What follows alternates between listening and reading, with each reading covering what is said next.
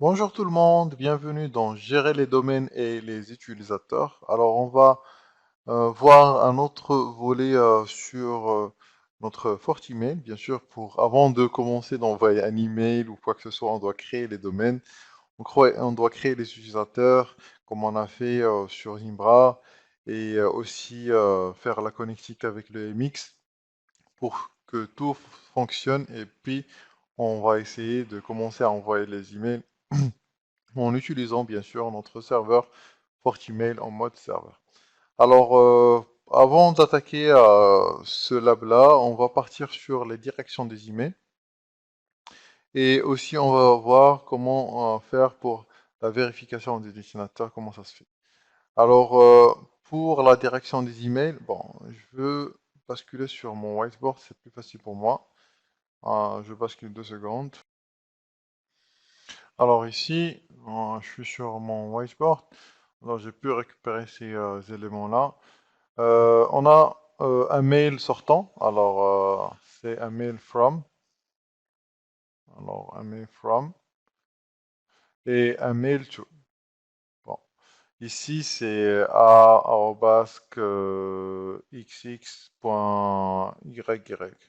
D'accord? Vers b qu'un autre domaine, ça sera x, y vers cc. Alors du coup, ici, quand on fait sortir un email, on doit passer impérativement par un serveur mail. Alors, soit ce serveur mail incorpore tout ce qui est filtrage anti-spam, antivirus et autres, soit il y a un autre relais ici qui fait l'affaire. Et ça, il gère juste les boîtes mail. Alors, la même chose si on a depuis l'extérieur. Alors, ça sera par exemple la même chose, .xy.cc, alors to xx.yy. Alors, du coup, c'est la même chose si on fait rentrer un email. Alors, soit le Fortimail il fait l'affaire d'une gateway comme on a vu il sera un relais, ou bien il fait l'affaire d'un serveur où il incorpore l'anti-spam, l'antivirus, le content filtering, le DLP et autres. D'accord? Alors, du coup, c'est dans les deux sens qu'il fait le filtrage. Alors maintenant, passons pour tout ce qui est vérification euh, vérification du destinataire. Je vais essayer de juste, pardon, supprimer ça, tout ce qu'on a vu, et je me, je vais utiliser juste, alors, quand un, un mail est envoyé vers le Fortimail, alors du coup, il doit vérifier le destinataire. Alors, est-ce que ce destinataire existe ou pas? Alors, la vérification du destinataire se fait sur le Fortimail.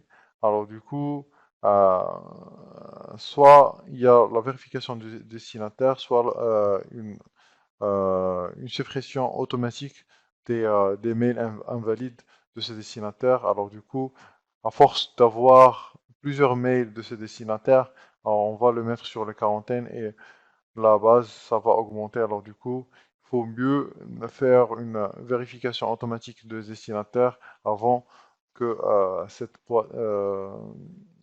ce mail-là soit envoyé vers le serveur.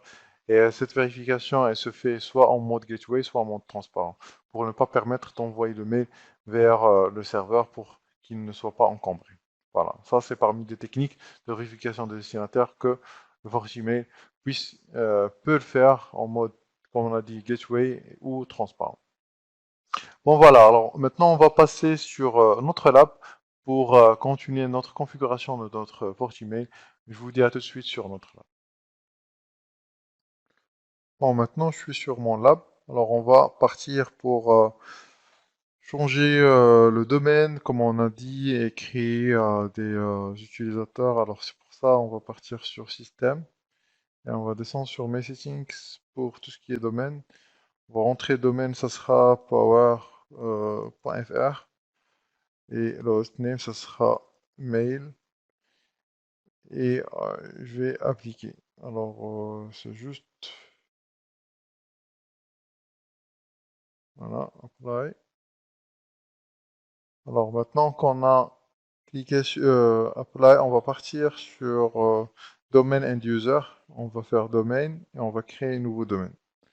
Alors, nouveau domaine qu'on va créer, bon, ça sera comme on a fait tout à l'heure. Alors, pardon, power.fr et on fait faire create. Alors du coup, maintenant on va utiliser ou bien créer un nouveau user.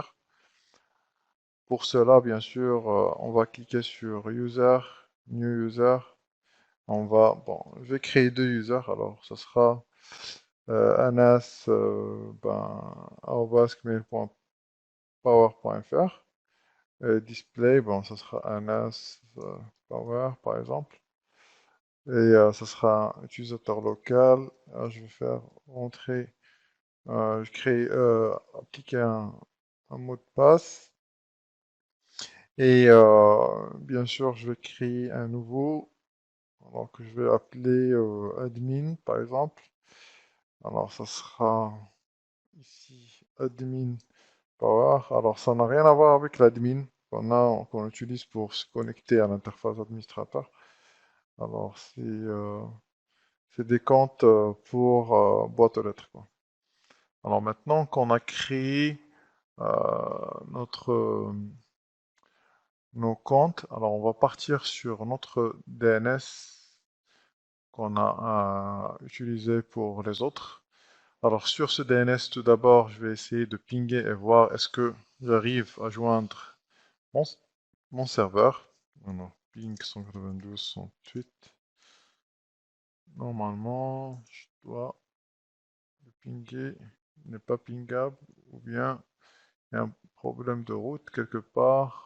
Alors, je vais essayer de... C'est quoi l'adresse IP de ça? Alors, 1.82. Ok, je vais essayer de régler ce souci et je vous reprends dès que le routage est fait.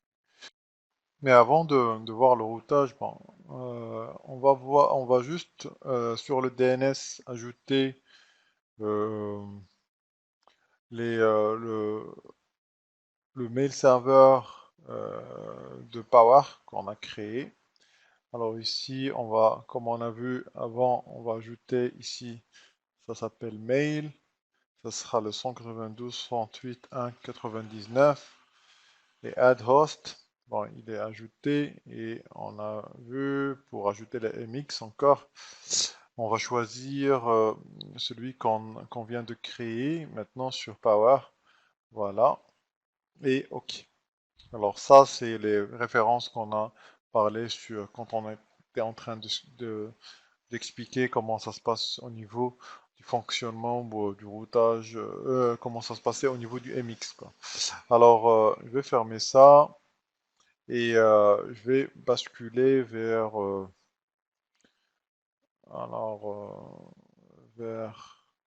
ici. Je vais entrer en mode user. Alors, https 192.168.1.99.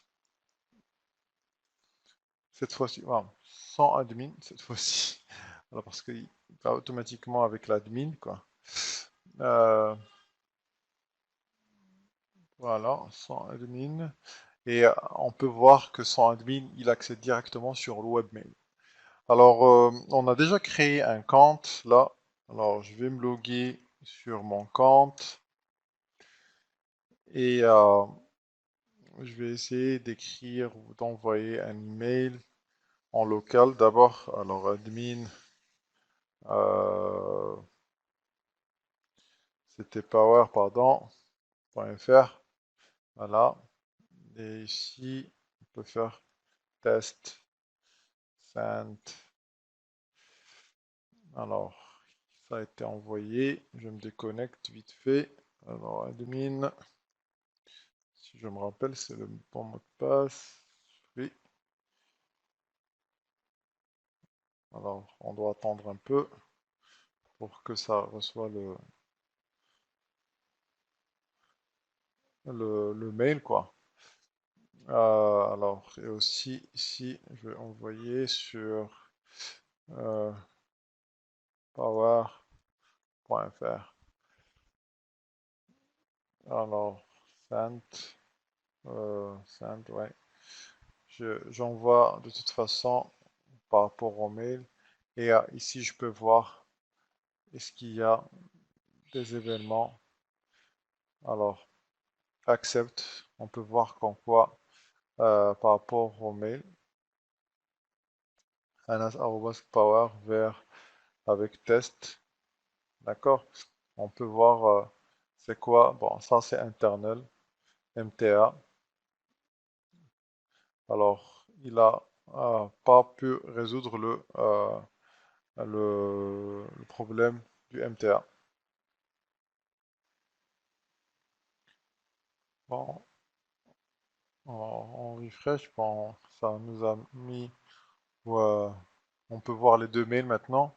Alors, si je reviens sur la boîte, voilà, il y a un mail qui vient de reçu. Alors, c'est le test. Alors, du coup, la messagerie en interne marche entre les deux comptes. Alors, maintenant, il reste juste qu'on puisse envoyer un mail vers la messagerie. Par exemple, je vais mettre envoyer ça vers mail.secure. Je pense, je me rappelle plus. Alors, si je reviens là, ça sera le mail.secure.ma. Voilà. Voilà. Alors, mail.secure.ma. Et on va faire un test pour Gmail. Et on va voir est-ce que ça va passer. Alors, test sur Gmail. On va envoyer ça et voir qu'est-ce qui se passe sur cette messagerie. Alors ici, il me dit comme quoi, bon, c'est classified as not spam. Et je peux avoir l'information plus sur ce contexte. Alors, on verra, on va partir sur notre...